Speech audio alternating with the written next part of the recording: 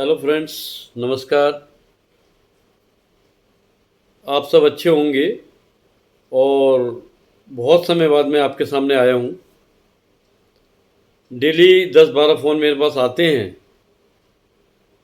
बोलते हैं सर, नक्शे के बारे में आपने कुछ नहीं बताया, बहुत दिनों से कोई वीडियो नहीं डाल रहे हैं, अपलोड नहीं कर रहे हैं, क्या कारण है?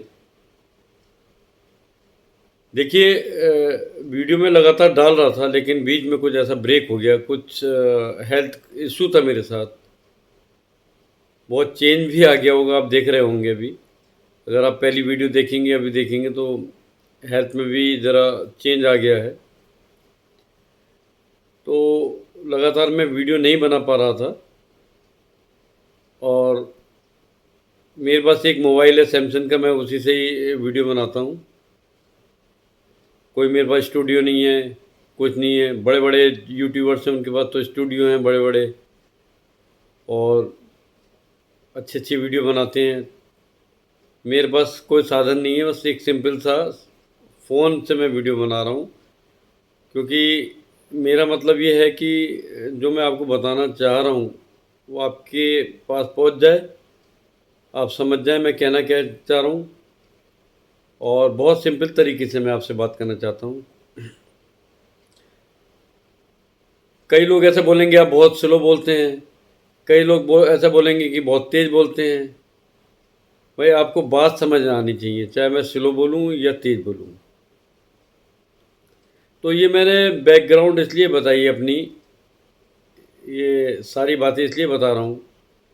बहुत से लोग बोलते होंगे, मुझे लगता है ऐसा बोलते होंगे, क्योंकि किसी ने, एक दो लोगों ने मुझे मैसेज में भी लिखा, सर आप बहुत धीरे धीरे बोलते हैं।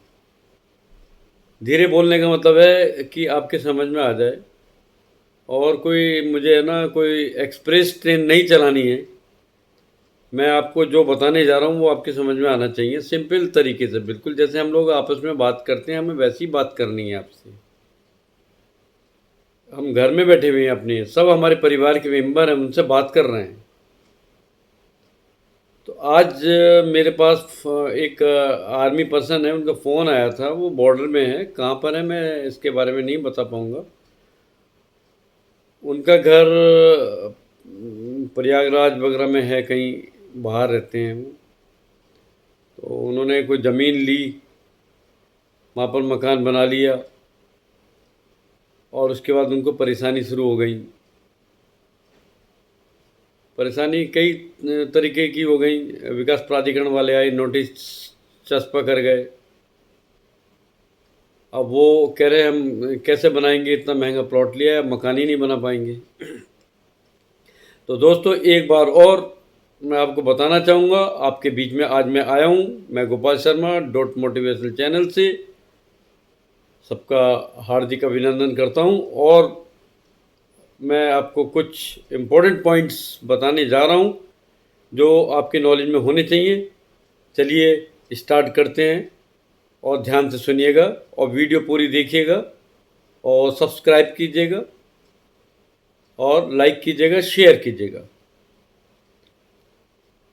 दोस्तों, बहुत से लोग क्या करते हैं कि प्लॉट ले लेते हैं, ये सोच के लेते हैं कि ये कॉलोनी में कॉलोनाइजर ने प्लॉट काटा है, तो इसमें प्लॉट ले लेते हैं। और कई मकान वहाँ पहले से बने होते हैं, तो वहाँ ख़रीद लिए। ये सोचते हैं कि यहाँ नक्शा पास हो जाएगा। उनको ये नहीं पता होता कि ये एग्रीकल्चर लैंड है। आपको मैं बहुत ऐसी चीज़ बताने जा रहा हूँ, इम्पोर्टेंट चीज़ बताने जा रहा हूँ जो आपको नहीं पता। एग्रीकल्चर लैंड में आपको रेजिडेंशियल बोलकर वो बेच देते हैं, और आप इसलिए खरीदते हैं कि वहाँ पर जो है ना 200 मकान बने हुए, 300 मकान बने हुए हैं। और फिर जब आप मकान बनाना शुरू करते हैं तो विकास प्राधिकरण का नोटिस आपके पास आ जाता है। कहते हैं कि उन लोगों के पास नोटिस नहीं आया, हमारे पास कैसे आ गया? ऐसा नहीं है, उन लोगों के पास भी नोटिस आया होगा, और आपके पास भी आ गया।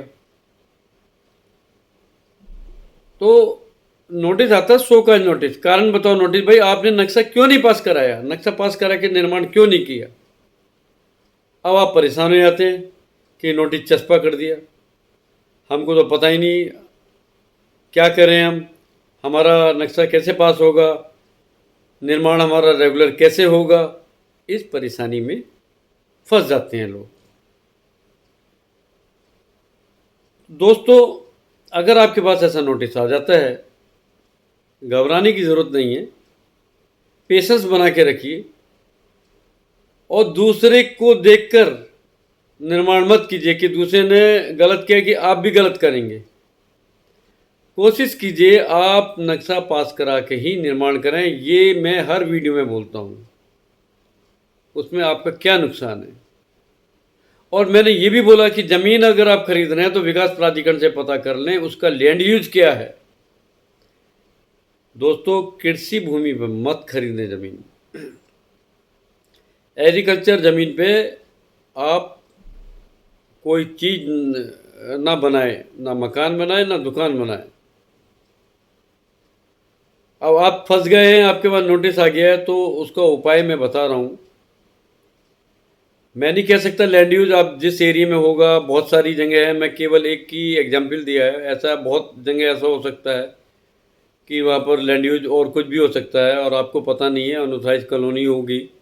लेकिन जब बहुत सारी आबादी आती है, कॉलोनी को रेगुलाइज कर दिया जाता है। तो अगर आपके पास नोटिस आता है तो सीधे आप विकास प्राधिकरण जाएं, या नगर निगम से आता है तो नगर निगम जाएं। दिल्ली में जैसे एमसीडी है तो एमसीडी में है तो एमसीडी में जाएं कि ये नक्शा क्यों नहीं पास होगा, नोटिस क्यों आया है, ये अगर हम नक्शा पास कराएंगे कंपाउंड होगा या नहीं होगा। बेहिचक होकर आप डिपार्टमेंट में जाएं और संबंधित अधिकारी से बात करें। वहाँ पर आपको पता लग जाएगा। घबराने से कुछ नहीं होगा। नोटिस काट दिया, जेई आएगा आपके पास और सुपरवाइजर भी आ सकते हैं। बहुत लोगों ने मुझे बताया कि पैसे मांगते हैं, हम पैसे देते हैं, फिर दूसरा जेई आता है, दूसरा पैसा मांगता है। क्यों देते हो आप पैसा? पैसा किसी को देने की ज़रूरत नहीं है। कायदे में तो जो आर्किटेक्ट है आपको उसको सारी बात बतानी चाहिए। जब वो पैसा आपसे लेते हैं, फीस लेते हैं, नक्शा बनाते समय आपको सब बताना चाहिए कि यहाँ नक्शा पास होगा या नहीं होगा। तो आप विकास प्राधिकरण में चले जाइएगा। विकास प्राधिकरण में संबंधित अधिकारी से संपर्क कीजिए और उनसे पूछिए ये क्षेत्र इस जगह पर है और बहुत बड़ी कॉलोनी है, इसमें 100-200 मकान बन चुके हैं, हमारा मकान बन रहा था या हमारी दुकान बन रही थी, हमको नोटिस मिला है, क्या हम इसमें इसको आप कंपाउंड करा सकते हैं? वो वहाँ पर बता देंगे। अगर एग्रीकल्चर लैंड यूज होगा तो आपका कंपाउंड भी नहीं होगा, नक्शा पास नहीं होगा। अगर बिल्टअप एरिया में है तो आपका कंपाउंड होगा। फिर दूसरा सवाल करते हैं सब लोग, साहब मेरा 2000 फीट का प्लॉट है, कितना खर्चा आएगा कंपाउंडिंग में? अरे साहब ऐसे कैसे बता देंगे कितना खर्चा आएगा? ये तो आप नक्शा बनाएंगे और नक्शा बनाने के बाद ओनरशिप के पेपर दाखिल करेंगे, तभी पता लग पाएगा कि आपने निर्माण कितना किया है, कैसे किया है, बायलॉज के अकॉर्डिंग कितना बाहर जाके किया है, कितना परमिसेबल है आपका, हो सकता है कंपाउंड, कितना नहीं हो सकता। ये तो बाद में कैलकुलेशन से पता लगेगा। हाँ, इतना ज़रूर है कि उत्तर प्रदेश की और उत्तराखंड में रेट्स अलग अलग हैं। कहीं रेट ज़्यादा हैं तो कहीं कम हैं। डेवलपमेंट चार्ज सब में लगेगा। भाई आप अगर कॉलोनी का नक्शा पास हो रहा होगा तो वहाँ अगर आप नक्शा फ्रेश दाखिल करेंगे तो वहाँ डेवलपमेंट चार्ज जब भी लगेगा, लेबर सेस तब भी लगेगा और कंपाउंडिंग में भी लगेगा। फ़र्क कितना है, अगर आप कंपाउंडिंग करा रहे हैं तो आपको पेनल्टी लग जाती है। अगर लैंड यूज बिल्टअप में है या कॉमर्शियल उसका लैंड यूज है तो आपका आसानी से हो जाएगा। अगर एग्रीकल्चर में है तो आपको इंतज़ार करना पड़ेगा, क्योंकि गवर्नमेंट की स्कीम आती रहती हैं, समय समय पे स्कीम आती हैं। कभी कभी जब देखते हैं कि किसी कॉलोनी का 80% एरिया जो है भर चुका है, बन चुके हैं मकान, तो वहाँ चांसेस रहते हैं कि उसको रेगुलाइज कर दिया जाता है कॉलोनी का। उसके बाद इंडिविजुअल जो नक्शे हैं ना पास होने लगते हैं। तो इसलिए घबराने की ज़रूरत नहीं है। लेकिन अभी जो ज़मीन खरीदने जा रहे हैं गांव की सीमा में, कहते हैं तो गांव लगा हुआ है, ये भूल जाइए, अब कोई गांव नहीं है।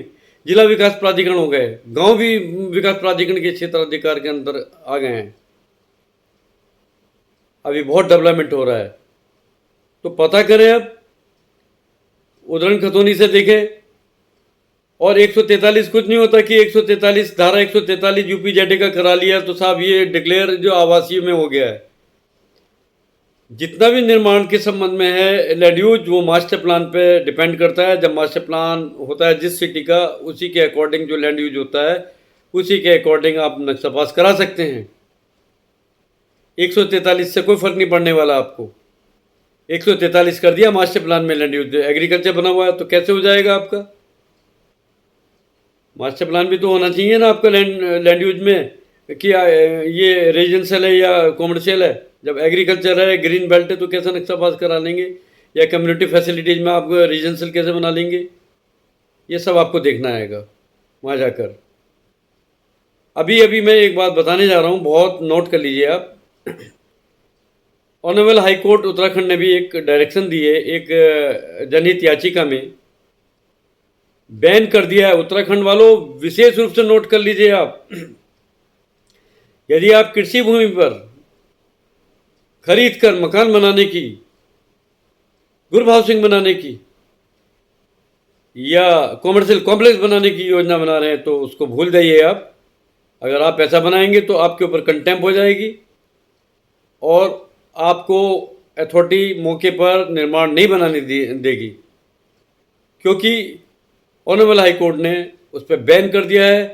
इतना ज़रूर है कि जिस व्यक्ति की, जो फार्मर है, एग्रीकल्चर लैंड है उसकी, वो अपनी एग्रीकल्चर लैंड पे अपना मकान बना सकता है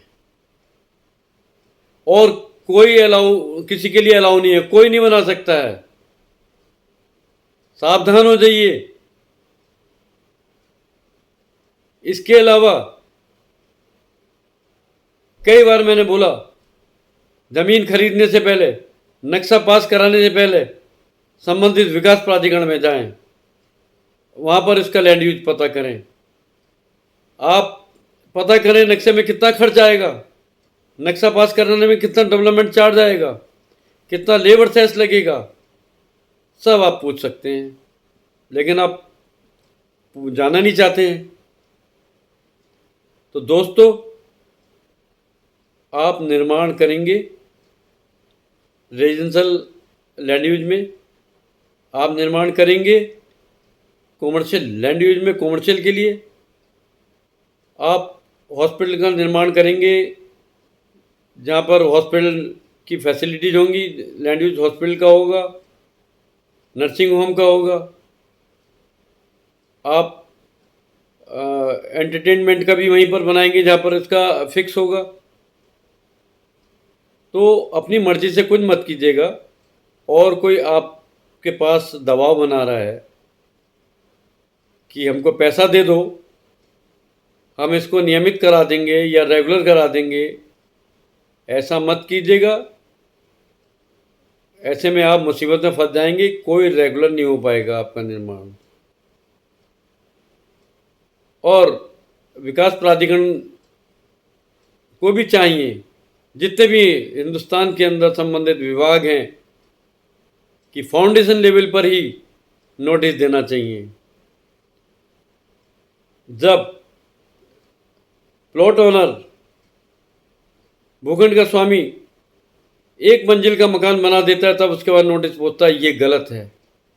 इस पर अनेकों रूलिंग्स हैं ऑनरेबल हाई कोर्ट की, ऑनरेबल सुप्रीम कोर्ट की। आप प्राधिकरण के जो इंजीनियर्स हैं वो ऐसा नहीं कर सकते हैं।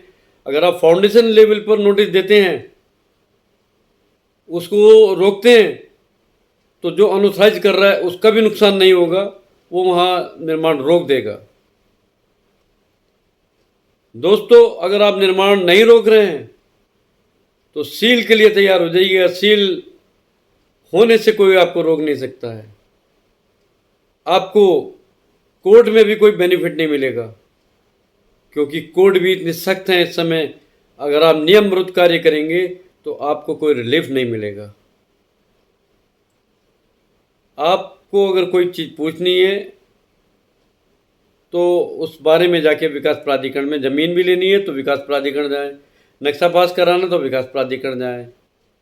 ऐसा नहीं हो सकता कि कोई आपको कुछ नहीं बताएगा, सब आपको बताएंगे। तो ये मेरा अनुरोध है कि आपको कोई परेशानी ना हो। और आप किसी मुसीबत में ना फंसे। पूरे हिंदुस्तान के अंदर कई जगह से ऐसे फ़ोन आते हैं, ज़मीन खरीद लेते हैं और बाद में वो मकान नक्शे पास होते नहीं, मकान ज़बरदस्ती बना लेते हैं और दूसरे की नकल करते हैं कि दूसरे ने ऐसा किया तो आप क्यों कर रहे हो भाई ऐसा? आप कर ही नहीं सकते। गलत काम दूसरे को देख के कैसे कर सकते हो आप? आप जो भी काम करें लीगल वे में करें। तो दोस्तों, आज के लिए इतना ही। आशा है आपको ये वीडियो बहुत ही साधारण भाषा में मैंने समझा दिया है। इस वीडियो में अच्छा लगा होगा या अच्छा लगेगा तो आप इसको लाइक कीजिएगा, शेयर कीजिएगा और चैनल को ज़रूर सब्सक्राइब कीजिएगा ताकि आने वाले नोटिफिकेशन आपको मिलते रहें। अब मैं नियमित रूप से आपके सामने वीडियो लाऊंगा और जिस सब्जेक्ट पे आप वीडियो बोलेंगे मुझे, जिस पॉइंट पर, अब 2 मिनट की वीडियो कहेंगे 2 मिनट की, 20 मिनट की कहेंगे 20 मिनट की बनाऊंगा और आपको मैं सिखाऊंगा, बताऊंगा, अवेयरनेस लाऊंगा कि आप नक्शा पास कराएं और अपना भवन बनाएं। दोस्तों नमस्कार।